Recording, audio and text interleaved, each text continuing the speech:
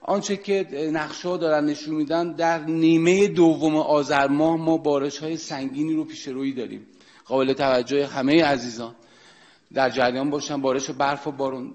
به اضافه این که دماها به گونه‌ای پیش میره که مطابق با آنچه که الگوهای جهانی نشون میدن بین 1 تا 1.5 درجه افزایش دما اتفاق میفته. تا الان هم تو خیلی از استان‌ها نسبت به شرایط عادی ما بارش بیشتری داشتیم. از جمله میتونیم به بوشهر اشاره کنیم، خراسان شمالی، گلستان، خوزستان. اینا اعداد بارشی که به ثبت رسوندن به حسب میلیمتر 2 رقمی بود.